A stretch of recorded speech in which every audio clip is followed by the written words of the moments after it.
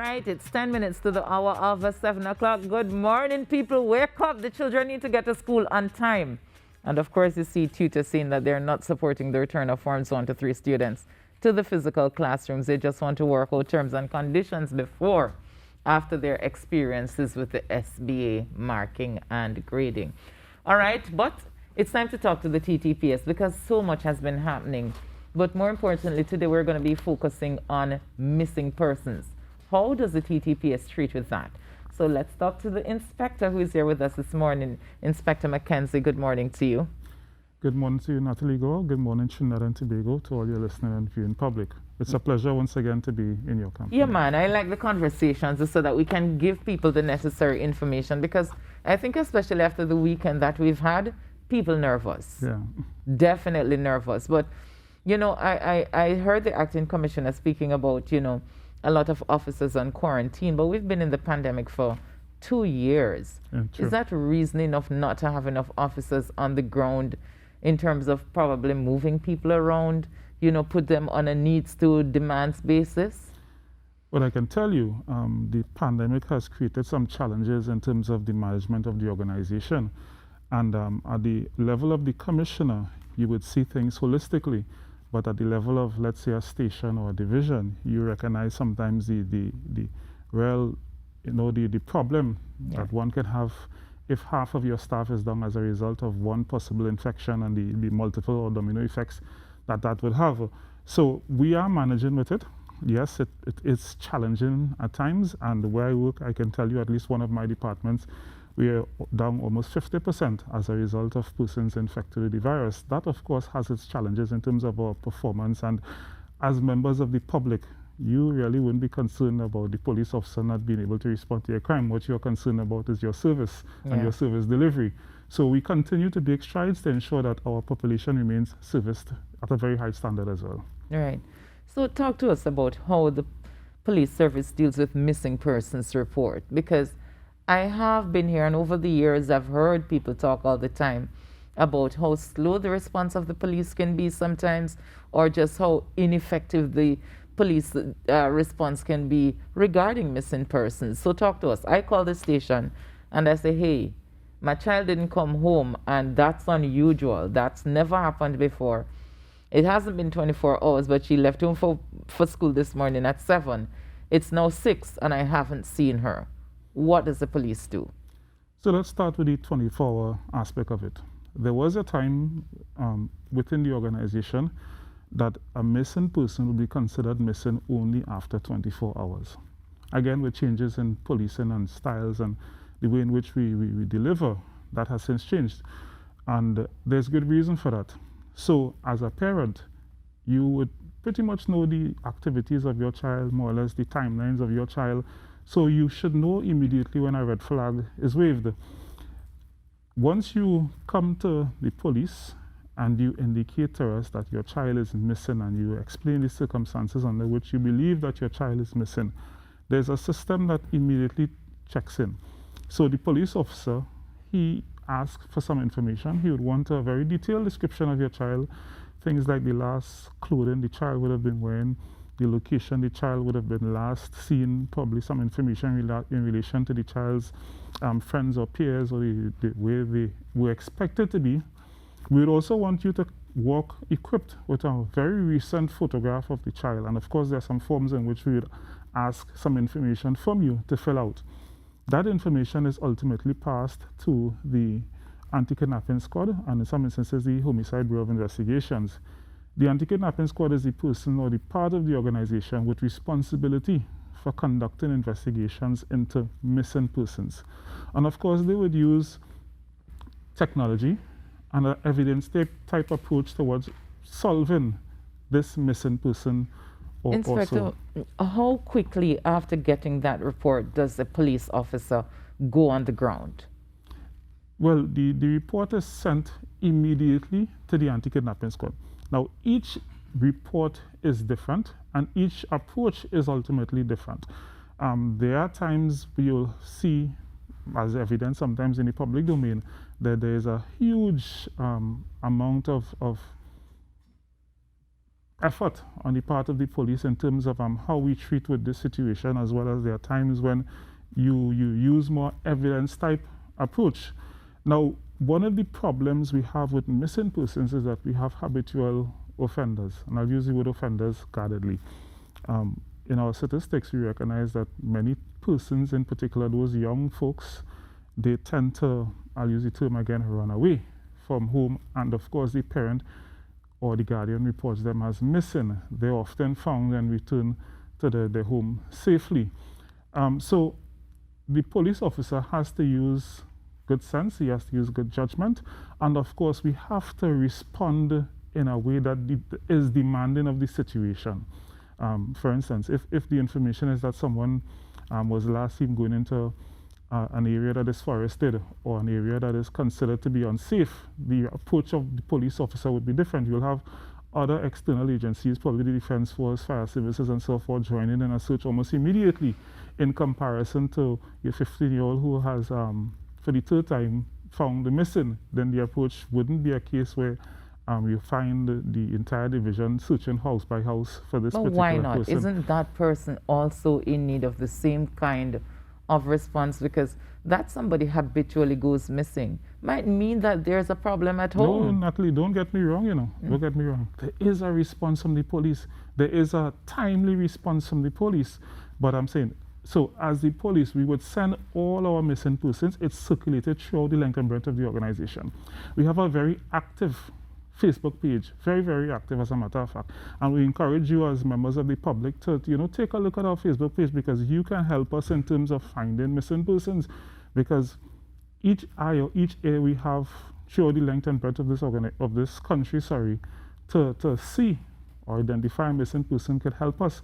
And if ever you should see someone from our Facebook page or wherever you recognize to be missing, and you recognize that person on the beach, for instance, walking on Independence Square or Frederick Street or wherever, you can call the police and inform them. And of course, that would be very beneficial and helpful to us. So going back to the point in terms of responsiveness, I'm saying that it has to be measured. I am not saying that we try to give 100% to you and 50% to me. No, that is not what I'm saying. Well, Inspector, I had an interview here last year with a relative of a pregnant woman who had gone missing.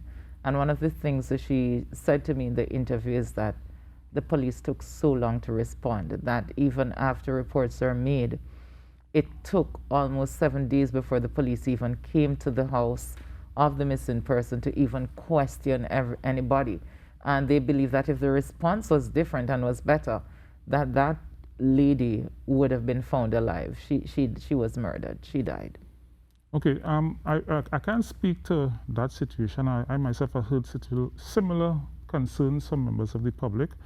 In our own defense, I can tell you that even when we think that nothing is happening in front of you, a lot is happening behind the scenes. Well, what's the point if you're not communicating with people, for people to know that this is what is going on? Because we really are of the opinion that the police is doing nothing. No, that would be a false opinion. And as I said before, if there is room for improvement, opportunities like this to hear from John Public where we fall short or where we can improve in our service delivery, we would take that. But in the same breath, we want you to know, members of the public, that even when you think that law enforcement is not actively engaging in investigating or following up on leads or following up on some form of technological capabilities with respect to investigations, we are continuing to pursue your investigation. And of course, within the first 2 days or so of the missing person, a huge amount of effort, a huge amount of activity, a huge amount of resource is put into efforts to locate that particular person. We consider that period to be very, very crucial, and we work seriously to recovering that person during that period. Inspector, I don't know if you have the numbers. Can you say how many people went missing last year and how many the police were able to recover? Okay, I do actually. So I'll give you from 2019 to present. So for the year 2019, we had a total of 940 missing persons. Wow. Yeah. So of that amount, we had 535 being female and 405 being males. In 2020, we had 770 missing persons. 431 of that amount is females, while 339 are males. In 2021, we had 712 missing persons. 365 of those being females, while 347 of those being males. To date, in 2022, we have 54 missing persons. Of that 54, we have 26 being females, while 28 being males. Now, how many were the police? How many were recovered according to the efforts of the TTPS? So I think those are the numbers we might be interested in as well. Let's deal with the most recent, 2022. So we said we have 54 in 2022. According to the statistics here, we have 31 returned. Just this morning, I was looking at our Facebook page and I recognized that on Friday we had 2 more returned. It's very unlikely that this would affect our statistics thus far. So I can easily say 33 persons who are returned. We know that 2 were found dead, so that brings our numbers to 35 in terms of that amount of persons that are recovered. In the age bracket, 19 years and under, we recognize that just about half the amount of persons that are missing are within that age bracket. And again, that is for good. Who do you think is responsible for that? I mean, over the years, the police has dealt with this quite, to me, quite a lot. Yes. What do you think is responsible for us seeing? Is it trafficking? Is it people just running away? Is it just moving out and not communicating with relatives? What? There are a number of reasons, quite a number of reasons. Persons live in sometimes less than ideal conditions, and that is at all ages and different sexes and different reasons. And sometimes as individuals, we choose to do things that sometimes are very perplexed to the ordinary thinking person. And they look for a way out, and the way out is to disappear, not be found. And try as we may, sometimes we are unable to locate that person. We have a small amount of those numbers here that are above the age of 60. And sometimes we find those persons in a hospital bed with a relative wherever, probably in a remote area, sometimes deceased thereafter, and a number of other reasons why we can't locate that person. Females, for instance, who live in abusive relationships, sometimes they look for an opportunity out, and as soon as they get the opportunity, they disappear. They find an opportunity or find a way to rebuild their life. There are instances where persons, again, for one reason or the other, would leave Trinidad and Tobago. And of course, after extensive investigations, we recognize or we find those persons. And you would think that sometimes it's easy to get this sort of information and identify or find these missing persons easily. But I can show you the ones that are easy to locate are normally found very easily, but there are those that are complex and a little more difficult and challenging So to Inspector, locate. talk to us about people who have been missing for a significant period of time. Let's start to say over a year, over 2 years. How does the police treat with that? Are there normally active investigations are still ongoing, or do we just accept that the first 3 months and based on what we did, we weren't able to recover any or to get any kind of lead or any kind of detail? So do we just leave that alone, or do we continue? Well, as in most investigations, you pursue all leads, you pursue all avenues, all angles that could possibly point you in a direction. That may involve interviewing persons, that may involve following up on conversations or anything that leads you in a particular direction. And there comes a time, at times with your investigations, where you just have nothing else to go on. That doesn't mean that the investigation is closed. Okay? It's a cold case. It comes as a cold case, right? How do you reactivate that? What happens? What has to happen for a cold case file to be reactivated? Sometimes as simple as the officer or the senior persons probably just giving a simple instruction, or the officer themselves just following up, or you, the family of the victim, just asking a question. Officer, could you say what is the latest with respect to the file? And it causes some activity once again. And or if you have some further information, you bring it to the police, and of course we have another angle or something new to work on that can reactivate a missing person. And again, sometimes a sighting, because people go missing for years and then we get a report that this person was seen at X location at X time. And of course, it causes the arms of the police service to once again begin work in relation to locating this missing person. But the missing person isn't actually closed just like that. Only when the person is found, or if the matter is determined by way of death or something like that, then it is closed. And of course, we have the instance where after persons are located, there may be offenses for which other persons can be charged. As a common example, the issue of children. Now, a child is someone who is under the age of 18. And many times, at least in Trinidad and Tobago, we recognize that when we find some of those missing persons, we pursue investigations, and many a times other persons are charged for sexual offenses involving that child, sexual sexual penetration as an example.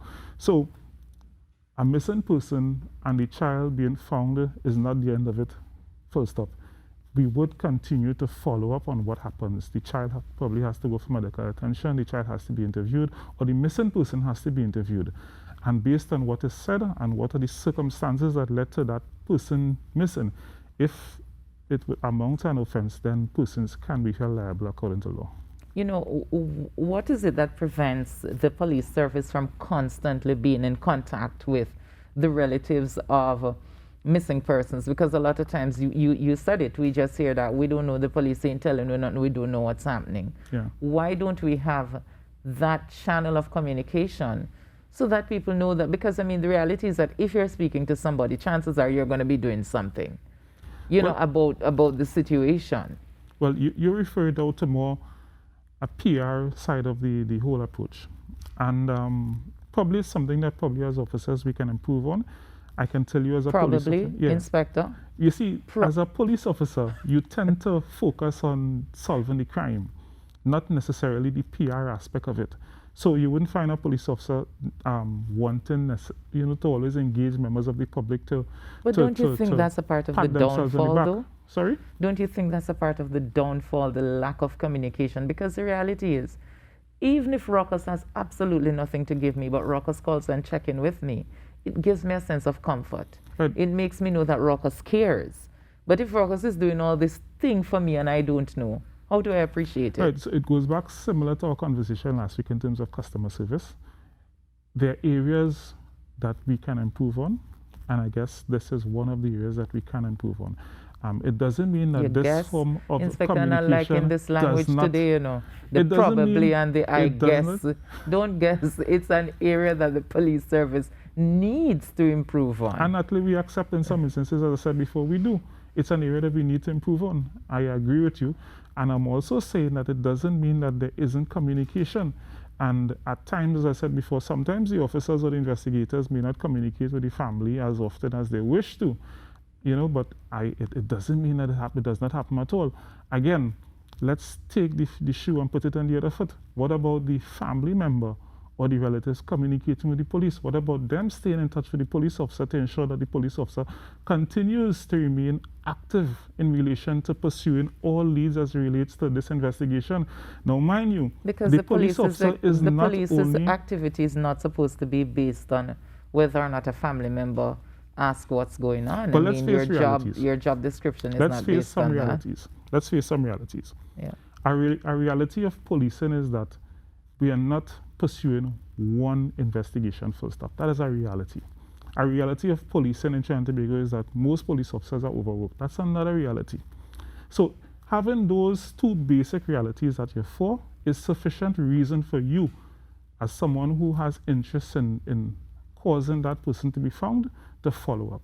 So again, don't look at the police as being wrong and leave it at that. You do your part.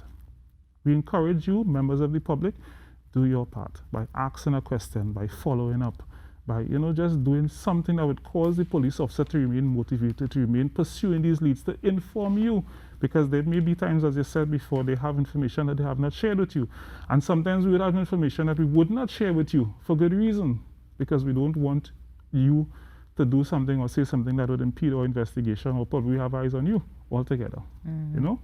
So don't always penalize us as police officers, Natalie. We have to be there to work with you. Not trying to penalize you as police officers at all. That's why we're here. But I think it's important for people to understand really and truly how the police works, and even the areas that needs improvement. And I really do believe that the communication is a huge part of where we need the improvement, because it makes a difference to how people perceive the police, and it makes a difference to how they feel. And I know that, you know, I hope you take this to the acting commissioner of police and tell him it's one of my recommendations, because the reality is you don't feel the same way. If you have two brothers, the one that speaks to you all the time is the one you're automatically closest to. True. And it's the one you love the more, because it's the one you connect with more.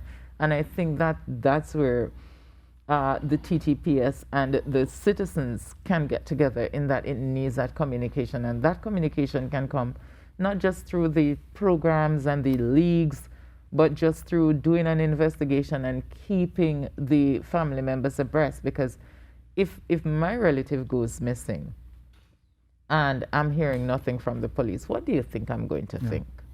I think, you know? I think the commissioner and his executive, they are aware based on what you're saying. As a matter of fact, had it not been for their awareness, I don't think I would be sitting here having this conversation with you today. Well, true. Thank you, Commissioner, for accepting my idea to have the police here with us every Monday morning. And we do similar things on different other media houses.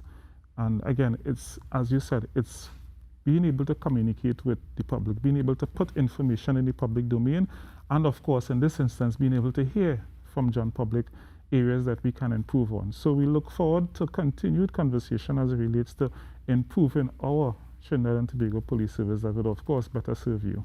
All right. Natalie? Inspector, we're going to leave it there, but thank you so much. And of course, next week we continue the conversation. Thank you very much. You're most welcome. We're going to take a break and we'll be right back. Stay with us.